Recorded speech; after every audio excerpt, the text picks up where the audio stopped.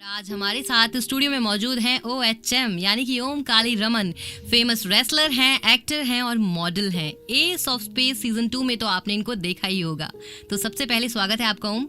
हाय गीत, thank you so much मुझे यहाँ बुलाने के लिए। I am so happy. मैंने अभी तक आपकी बात सिर्फ सुनी थी, आज मैं आपको मिल के देख सकता हूँ।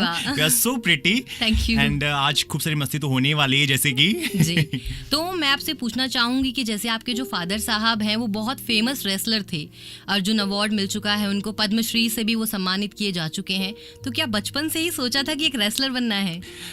ऐसा था कि जो मेरी फैमिली है, बचपन सब कुश्ती देखता आ रहा था मैं, कि हर कोई कुश्ती कर रहा है, कुश्ती कर रहा है, कुश्ती कर रहा है, उसके अलावा कुछ देखा ही नहीं था। तो हाँ, सोचा था कि मुझे भी ओलंपिक जाना है, वहाँ से गोल्ड मेडल लेके आना है, अर्जुन अवार्ड जीतना है। काफ़ी सारे सपने थे बचपन से। तो हाँ, कुश्ती करनी थी। और जब से पैदा हुआ ना, तो लाइक पापा ने लंगोट बांध दिया कि भाई अब तुम्हें ट्रेनिंग ही करनी है। सुबह 3 बजे उठ जाना है, रनिंग करनी है, और लाइक फिर मैट पे ट्रेनिंग, फिर स्कूल जाना है, फिर मैट पे ट्रेनिंग, और फिर ट्यूशन जाना है, फिर मैट पे ट्रेनिंग। तो मेरी लाइफ में सिर्फ पढ़ाई और ट्रेनिंग ही थी। तो क्या आपके फादर साहब आपको गोलगप्पे खाने से रोकते थे?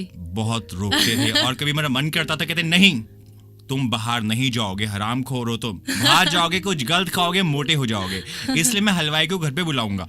तो हलवाई को घर पे बुलाते थे, और वही गोलगप्पे, समोसे, गुलाब जामुन घर पे बनवा के खिलाते थे।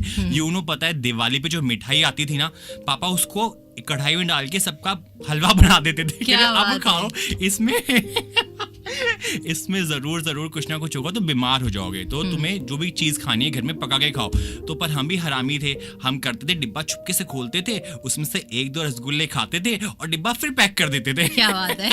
मतलब वो सारी ट्रिक्स आपको पता थी। हाँ। कि अगर हानिकारक बापू हैं तो हमारे पास भी ट्रिक्स हैं बचने की बाबू से। जी। तो जैसे कि अब प्रो कबड्डी आया है या फिर रेसलिंग से जुड़ी बहुत सारी फिल्में आ रही हैं, तो कितनी ज्यादा फायदेमंद है उन यंगस्टर्स के लिए, उन बच्चों के लिए जो आगे जाकर रेसलर बनना चाहते हैं? बहुत ज़्यादा फायदेमंद है, क्योंकि बच्चों को पता लगता है कि क्या प्रोसेस है, आपको कहाँ से स्टार्ट करना है। एक नज़रिया मिल जाता है कि अच्छा मुझे अगर रेसलिंग करनी है या कबड्डी करनी है या हॉकी करनी है, कोई भी गेम करना है तो ऐसे होता है, ऐसे स्टार्ट होता है। पहले के बच्चों को नहीं पता था, वो सिर्फ डंड बैठक मारते थे, पता नहीं था क्या गाइडेंस है, कहाँ जाना है, क्या करना है, कौन से अखाड़े में जाए, कौन से में नहीं जाए। बट अब सब कुछ ऑनलाइन आ गया है, मूवीज आ गई हैं, तो काफी सारे ऑप्शन बच्चों के लिए खुल गए हैं। तो बेस्ट है, अमेजिंग।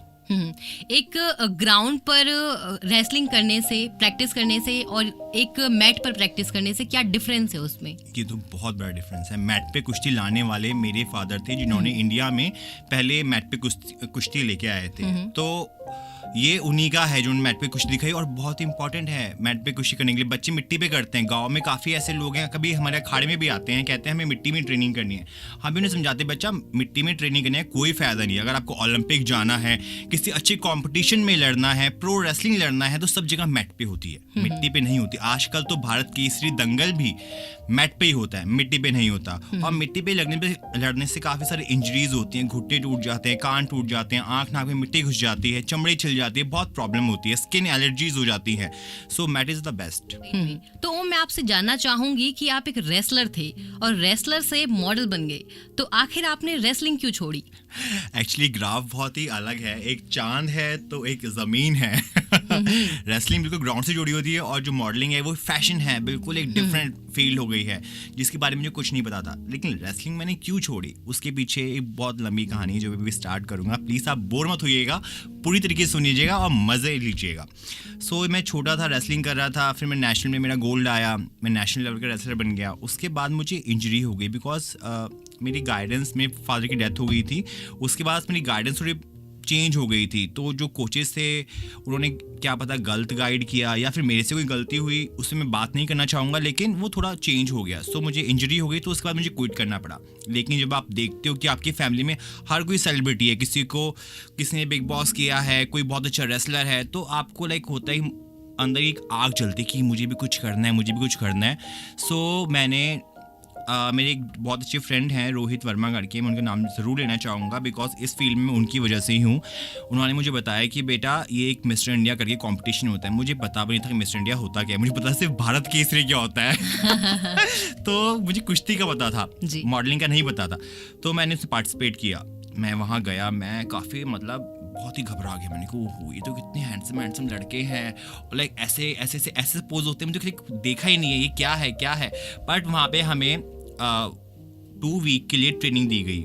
सो मैंने वहाँ पे काफ़ी कुछ सीखा। तो फिर लास्ट में जब जिस दिन कॉम्पिटिशन था मैं काफ़ी स्ट्रेस था, तो मुझे बोला गया जो कोरियोग्राफर थे कि चिल कर, मस्ती कर, ये दिन दोबारा नहीं आएगा, तो ये मत सोच कि तू जीतेगा हारेगा, पर जो भी लम्हे होंगे उन्हें जी और इन्जॉय कर। सो मैंने वही किया। जो भी क्वेश्चन आंसर मुझसे पूछे गए मैंने अमेजिंग तरीके से उनका जवाब दिया और मैं फर्स्ट रनर बना वहाँ से। तो वहाँ से मेरा करियर एकदम चेंज हो गया।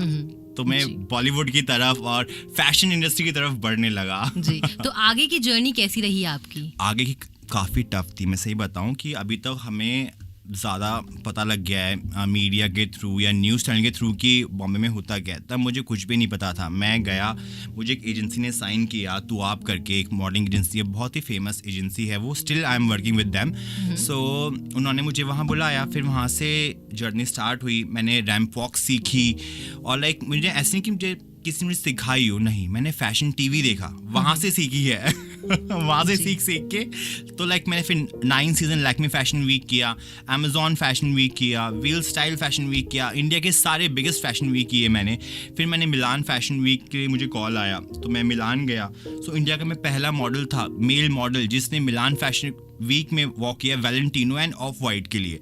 सो मेरे लिए बहुत ही गर्व की बात थी कि हाँ, मतलब वहाँ से लेके यहाँ पे आना। और एक सबसे बड़ी बात मैं बताना चाहूँगा, जब मैं रेसलिंग करता था तो मेरा वेट था 90 kg और जब मैं मॉडलिंग करता था तो मेरा वेट था 69 kg। सो काफ़ी चेंज आया। इतना वेट कट डाउन करने के लिए कितनी मेहनत लगी तो आप समझ ही सकते हो। हाँ, मतलब एक रेसलर जो होता है हमारे माइंड में सबसे पहले आता है एकदम मतलब लंबा चौड़ा होगा और एकदम मतलब सीना तान के चलेगा, लेकिन जो मॉडल होता है वो बहुत कायदे से चलता है। तो जब स्टार्टिंग में आपने मॉडलिंग की थी तो कैसा लगा था आपको? बहुत ही अजीब लगा था। मैंने कहा यार मैं तो हाथ वाथ मारते हुए चलता हूँ और यहाँ पे मुझे बहुत ही सोच समझ के, गुस्से से, आंखों में जुनून लेके सामने देखना है, ऐसे पोज देने, ऐसे मुझे हंसी भी आती थी। पर जी, मैंने कहा अरे यार अब तो ये मेरा करियर है और फोकस होना पड़ेगा। बिल्कुल। तो फिर मैंने काफ़ी ट्रेनिंग की, मिरर के सामने वॉक की, जिम में वॉक की और वीडियोस देखी कैसे होता है। तो धीरे धीरे की ना, जितनी मेहनत करोगे उतना अच्छा को फल मिलेगा।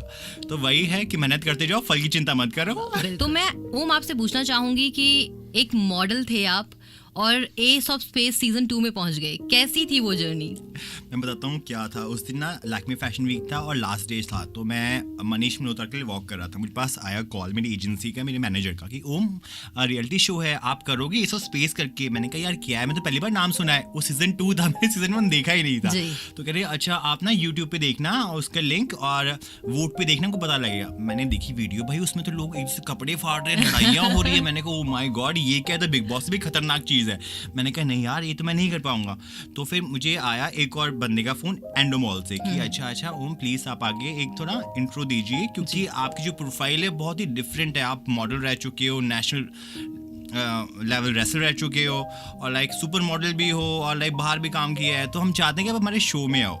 तो मैंने कहा चलो ठीक है। फिर मैंने अपनी मैनेजर को फ़ोन किया, मैंने कहा यार ऐसे बात है, वो तो पीछे पड़ गए, आओ बुला रहे हैं। उसने कहा एक बार जाके देख ले।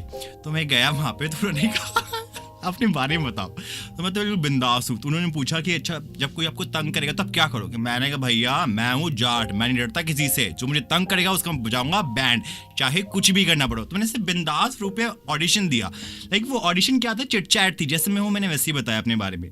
तो उन्होंने मुझे कहा चलो आप जल्दी वाईकॉम 18 जाओ, वहाँ पर आपकी मीटिंग है किसी से। मैंने कहा अच्छा भाई, मैंने कहा अभी तो लेट हो गया, कल चला जाऊँ? नहीं आप कभी जाना पड़ेगा। मैंने कहा चलो ठीक है। तो मैं वहाँ पहुँचा, तो वहाँ के जो हेड थे वही बिग बॉस के भी हेड हैं। तो उन्होंने मेरे से वही बात की, वही सब। तो उनको कहा चाहे कुछ भी हो जाए तुझे हमारा शो करना पड़ेगा। मैंने कहा मैंने कहा मेरे तो ऐसी कोई प्लानिंग नहीं है, मैंने कहा शो भी नहीं देखा है। तो उन्होंने कोई जरूरत नहीं तुम्हें शो देखने की, तुम जैसे हो वैसे ही रहना और तुम्हारे शो में हो और पैकिंग कर लो अपने। मैंने कहा पैकिंग कर लो? मैंने कहा हाँ पैकिंग कर लो अपने, तुम 100 आउटफिट अपने रेडी कर लो और तुम हमारे शो में आ रहे हो और ऐसे ऐसे है। मैंने कहा चलो ठीक है। मैं घर गया, मैं बहुत ही डर गया। मैंने कहा विकास को मैं क्या बोलूँ, विकास गुप्ता जी को मैंने फ़ोन किया कि मैंने बहुत पहले से जानता हूँ, मतलब 7-8 साल से जानता हूँ मैं। मैंने कहा मास्टरमाइंड जी, जब मैं मास्टरमाइंड नहीं बोलता था, विकास से बोलता था, मैंने वहाँ जाके मास्टरमाइंड बोलना चालू किया उनको। मैंने कहा विकास जी यार मैं क्या करूँ, आपके शो में तो मेरा हो गया और मैं करना नहीं चाहता बिकॉज मुझे डर लग रहा है कि मैं कैसे करूँगा। मैंने क्योंकि जब मुझे गुस्सा आता है मैं भूल जाता हूँ सामने कौन है। तो उन्होंने कहा देख तुझे मॉडलिंग एरिया में हर कोई जानता है, पर तुझे टीवी पे कोई नहीं जानता है। तू सुपर मॉडल है, तुझे बाहर तक लोग जानते हैं, पर जो नॉर्मल लोग हैं वो तुझे नहीं जानते हैं। और इसका फायदा नहीं है कि तूने इतना स्ट्रगल किया, अपना स्ट्रगल तो एक टीवी पे एक लेवल पे आके दिखाएगा तो वो तेरे लिए बहुत अच्छा है, तुझे लोग और जानेंगे, तुझे नेम फेम बहुत मिलेगा। मैंने कहा ठीक है, तो चलो ठीक है, मैं आता हूँ। मैं डन कर दिया शो। फिर हुई मेरी पैकिंग। मैंने कहा यार डटे डटे मैं पैकिंग वैकिंग सब कर ली। देन फिर मेरी शो में एंट्री हो गई। तो लाइक फिर आपको पता ही, आपने मुझे देखा ही होगा, जब मुझे गुस्सा आता तो मैं सफेद कपड़े फाड़ देता था। तो मतलब जैसे हमें पता है, हम बिग बॉस देखते हैं, लेकिन बहुत से लोगों को पता नहीं है कि एस ऑफ स्पेस है क्या, मतलब क्या कहना चाहता है। S of space like big boss का ही है शो, उन्हीं का ही है। तो उसमें बिग बॉस में क्या है, उसमें हर एज ग्रुप होती है। एस ऑफ स्पेस में होता है कि आप 25 के वो अंडर ही होते हैं, जितने कंटेस्टेंट होते हैं उससे ज़्यादा नहीं होते हैं। तो जब इतनी छोटी एज के सब होंगे एक साथ, तो उनका जो कुछ भी नहीं मिलेगा, ना उनकी थिंकिंग मिलेगी, ना उनकी बातें मिलेंगी। प्रॉब्लम तो होगी। कोई आपको कमेंट कर देगा किसी भी बारे में, मतलब खाते पीते कोई कुछ भी बोल देगा। और आप एक छोटे से घर में बंद होते हो, जिसमें अगर आप टास्क हारते हो तो और छोटा हो जाता है। तो सोचो, मतलब एक कमरा था 3x3 का, और उसमें हम थे 5 लोग। हम 4-5 टास्क हारे और कमरा बहुत छोटा हो गया। तो इतनी दिक्कत होती थी, बाथरूम के पास कोई सो रहा है, और लाइक लोग अजीब थे, कोई किसी में स्मेल आ रही है, किसी में कुछ आ रही है। मतलब यार आप ब्रश तो कर लो, खाने के बाद कुछ तो कर लो, परफ्यूम तो यूज कर लो। सोचो लाइक इतना छोटा हो गया। और एक बार तो क्या हुआ, वहाँ पे बंदर आ गए। फिल्म सिटी में जो सेट है वहाँ बंदर ही बंदर आ गए। ऊपर से कोई शीशा गिरे, कोई कुछ गिरे। ओ माय गॉड, इतना टॉर्चर होता था हमारे साथ में, वो क्या बताऊँ, पर मजा आता था। एक अमेजिंग एक्सपीरियंस था मेरी लाइफ का। सो हाँ, बहुत अच्छा था वो।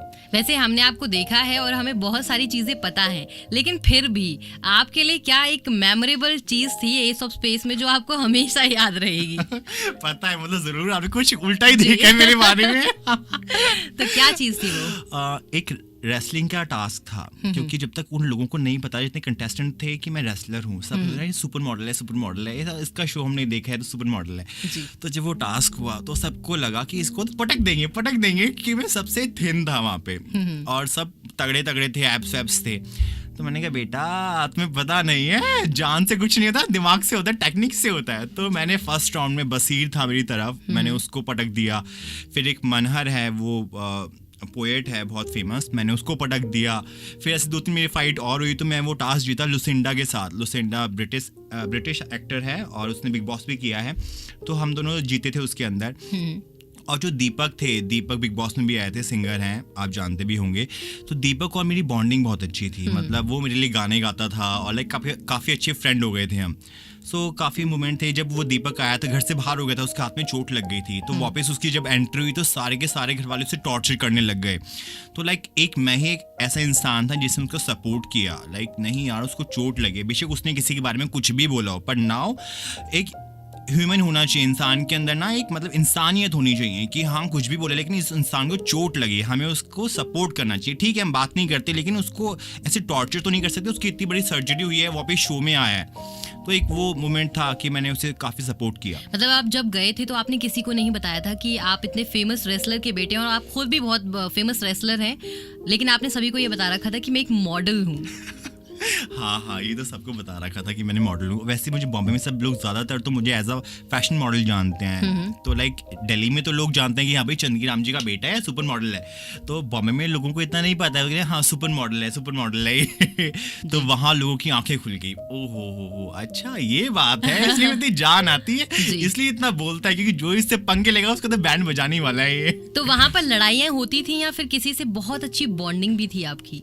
मेरी एक फ्रेंड थी, बहुत अच्छी फ्रेंड थी, अब तो हम लोग इतनी बात नहीं करते जी। सो हाँ, रश्मि झा हाँ, सो हाँ हम दोनों काफी क्लोज आ गए थे। सो हाँ, और उसके अलावा मेरा एक फ्रेंड था Akshay Kakkar, he is TikToker, काफी फेमस है। सो स्टिल मेरी आने से पहले भी उससे बात हो रही थी, तो हमारी डेली बात होती रहती है कि भाई क्या कर रहा है। मैंने कुछ नहीं, आज तो एक मैं रिकॉर्डिंग पे जा रहा हूँ। सो मेरा अच्छा फ्रेंड है, क्योंकि उसने पूरे घर वालों को सेव किया था एक मोमेंट पे, लेकिन जब उसको सेव करने की बारी आई तो सारे के सारे किसी ने उसका स्टैंड नहीं लिया। तो वहां पे मैं ही एक था जिसका मैंने उसका स्टैंड लिया, उसके लिए खड़ा हुआ, उसको सेव करने के लिए। उसके लिए सारा घर मेरे खिलाफ हो गया था जी। मतलब सबसे मेरी लड़ाई हो गई थी कि तो मैंने कहा नहीं यार, जब मुझे किसी ने, हम सबको किसी ने बचाया, तो ये टाइम है कि उसके लिए कुछ करना, उसे बचाना। जी जी। तो मैं आपसे पूछना चाहूंगी कि जैसे आपने बहुत बड़े बड़े ब्रांड्स के साथ एडवर्टीजमेंट की है, तो वहाँ पे आपका एक्सपीरियंस कैसा था? जैसे मैंने कोकोला का किया है, सो कोकोला की मेरी शूटिंग हुई थी बैंकॉक में। सो 7-8 डेज की शूटिंग थी, तो उन्होंने मुझे पूरा, मतलब अभी मेरे उनके साथ कॉन्ट्रैक्ट है, सो और कोई मैं फिर कोल्ड ड्रिंक का नहीं कर सकता क्योंकि मेरा उन्हीं के साथ है। तो थिंक इज बहुत ही अच्छा था, उन्होंने बहुत ही अच्छी तरीके मुझे ट्रीट किया कि हाँ भाई इंडिया में फेमस मॉडल है, चलो अब कैटरीना को रिप्लेस करके उनको लगाते हैं। सो मैं भी इंडिया का फर्स्ट मेल मॉडल हूँ जिसने कोकोला का कैंपेन किया है, वरना अभी तक सब सेलिब्रिटीज ही करते थे, सब मतलब एक्टर जैसे कटरीना हो गई, सलमान खान जी हो गए, ये लोग करते थे। तो ऐसा फर्स्ट मेल मॉडल है जिसने कोकोला का कैंपेन किया है जी। सो हाँ, काफ़ी बड़ा था वो मेरे लिए, और जब मैं जहाँ भी जाता हूँ स्टिल मेरी पिक्चर्स लगी होती है, मैं देख के खुश होता हूँ, ओह माय गॉड, ये लड़का कौन है, ये तो मैं ही हूँ। वाह, क्या बात है। तो आपके फ्यूचर प्रोजेक्ट्स क्या हैं? आप क्या क्या सोचा है आपने?